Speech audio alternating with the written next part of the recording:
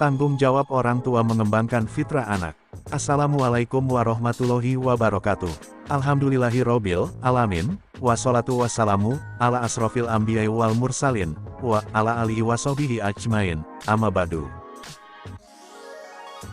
Allah Subhanahu wa Ta'ala mengingatkan kepada pribadi Muslim agar menjaga dan memelihara diri dan keluarganya dari sentuhan api neraka, sebagaimana firman-Nya dalam Quran Surat Al-Tahrim Surat ke-66, ayat 6.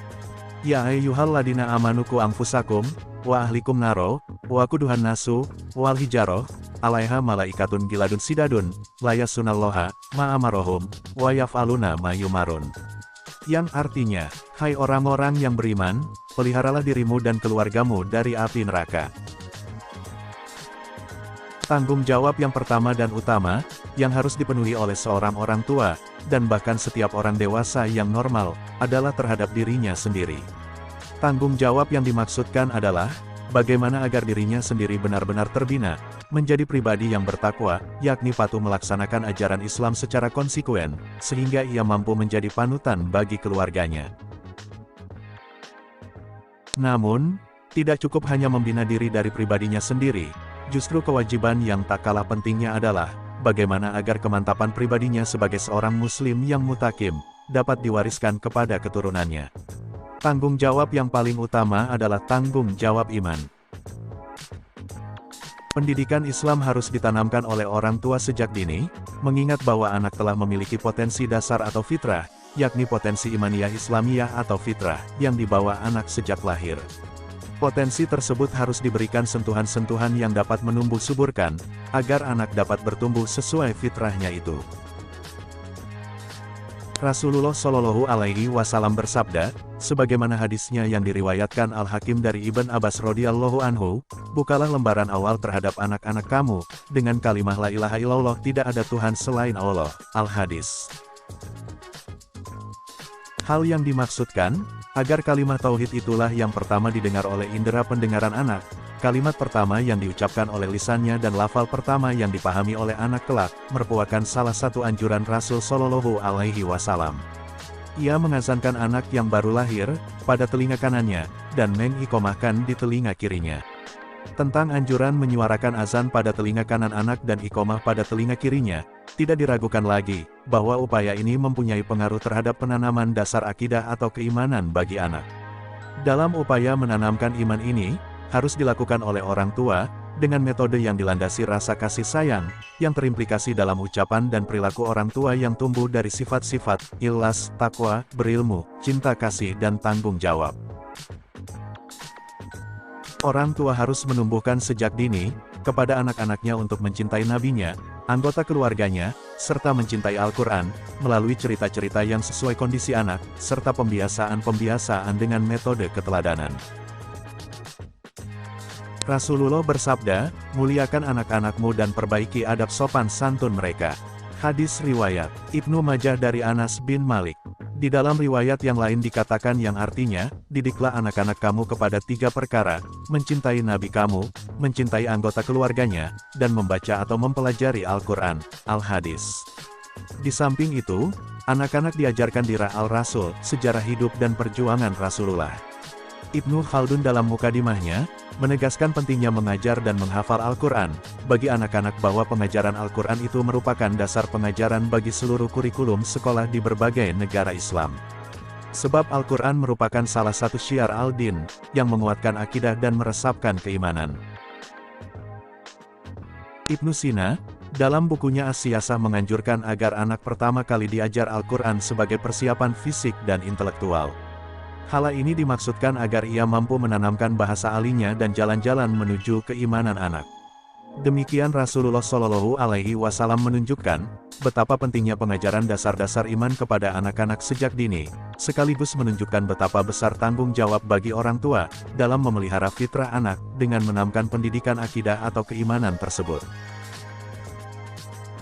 Al-Quran menginformasikan metode yang digunakan Luqman dalam mengajarkan keimanan kepada putranya sebagaimana dalam firman Allah Subhanahu wa Ta'ala Quran Surat Luqman Surat ke-31, ayat 13. Wa id qala Luqman libnihi, wa huwa ya'iduhu, ya bunayya la tusyriku billahi, innas syirka ladulmun adim. Yang artinya, Dan ingatlah ketika Luqman berkata kepada puteranya, di waktu ia memberi pelajaran kepada puteranya, "Hai anakku, janganlah engkau mempersekutukan Allah, sesungguhnya mempersekutukan Allah benar-benar kesaliman yang besar." Metode yang digunakan Luqman tersebut memberitahukan kepada kita, bahwa di dalam mengajarkan atau menanamkan iman kepada anak, harus dilakukan dengan ungkapan yang penuh kasih sayang, disertai penjelasan yang konkret, dapat dipahami oleh anak-anak dengan mudah. Demikian pula dalam mengajarkan ibadah terutama salat. Al-Quran mengingatkan sebagai firman Allah Quran Surat Taha Surat ke-20, ayat 132. "Wa'mur ahlaka bis sholati, wastobir alaiha, la nas'aluka rizqon, nahnu narjukuka, wa akibatu littaqwa." Yang artinya, dan perintahkanlah kepada keluargamu mendirikan salat, dan bersabarlah kamu dalam mengerjakannya. Jika sekiranya para orang tua dan pendidik dapat melaksanakan tugas dan tanggung jawabnya sebagai seorang pribadi muslim, dalam mendidik anak-anaknya dengan berpijak di atas landasan iman dan mengajarkan dasar-dasar Islam, maka selayaknya setiap orang-orang yang mempunyai tanggung jawab dan kewajiban mengetahui batasan-batasan tanggung jawab dan kewajiban yang dipikulkan di atas pundaknya, agar dapat melahirkan anak yang berpijak pada landasan iman yang sempurna, dan diridai Allah Subhanahu wa Ta'ala. Pada dasarnya, batas-batas tanggung jawab utama, yang menjadi kewajiban orang tua dan pendidik, yang harus ditanamkan kepada anak-anaknya adalah sebagai berikut. 1. Membina anak untuk beriman kepada Allah. 2. Menanamkan perasaan khusyuk dalam beribadah kepada Allah. Dan ketiga, menanamkan perasaan selalu ingat kepada Allah.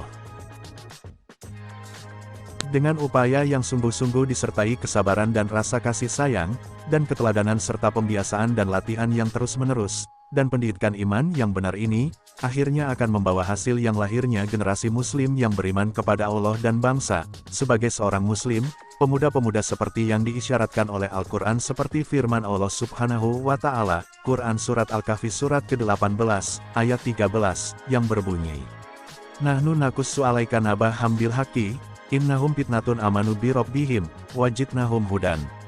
Yang artinya, sesungguhnya mereka itu adalah pemuda-pemuda yang beriman kepada Tuhan mereka, dan kami tambahkan kepada mereka petunjuk. Keberhasilan orang tua dan pendidik di dalam melaksanakan tugas-tugas dan tanggung jawabnya dalam pendidikan iman ini akan sangat membantu terwujudnya masyarakat sejahtera lahir dan batin, sebagaimana yang menjadi dambaan setiap pribadi muslim, sesuai doa yang diajarkan Al-Quran sebagaimana firman Allah Quran Surat Al-Baqarah Surat kedua, ayat 201. "Wa minhum may yaqulu, Rabbana atina fidunya hasanatan, wa fil akhirati hasanatan, wa qina adzabannar." Yang artinya, wahai Tuhan kami, anugerahkanlah kepada kami kesejahteraan kebaikan di dunia dan kebahagiaan kebaikan di akhirat. Demikianlah tanggung jawab pendidikan iman yang menjadi tugas dan tanggung jawab yang merupakan amanah dari Allah Subhanahu wa Ta'ala kepada setiap perilaku muslim yang menyandang predikat sebagai orang tua dan pendidik. Mungkin hanya itu saja yang bisa saya sampaikan kali ini. Mohon maaf atas segala kekurangan. Akhirul kalam, billahi fisabil haq, fastabiqul khairat. Wassalamualaikum warahmatullahi wabarakatuh.